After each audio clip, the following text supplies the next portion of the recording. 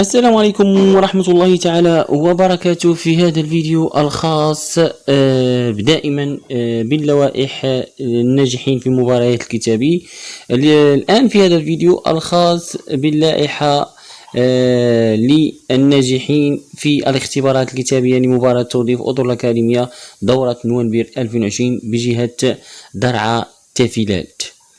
والآن سأترككم بطبيعة الحال دائما وأبدا مع الرابط اللي غادي يكون في صندوق الوصف، ولكن قبل هذا أعيد وأذكر أن من بين الشروط في كل الأكاديميات لابد من إحضار الوثائق التي قمتم بإيداعها. بالنسبة للناس اللي يمشوا يدوزوا الشفوي ضروري أنهم ياخذوا الوثائق اللي كانوا داروا لها الإيداع عبر البوابة، وما فيها بس الديوتا الشواهد الأصلية، يعني شهادة الإجازة والبطاقة الوطنية وغير ذلك.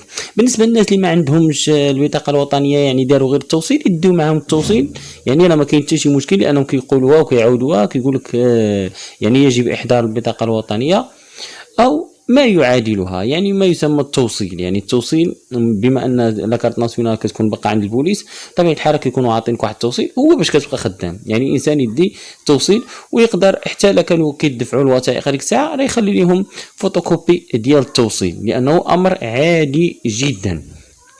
وأتمنى للجميع إن شاء الله كل التوفيق. يمكنكم الاطلاع على اللوائح من خلال الرابط الذي سأضعه بين أيديكم في صندوق الوصف، ويمكنكم الاطلاع على أسمائكم.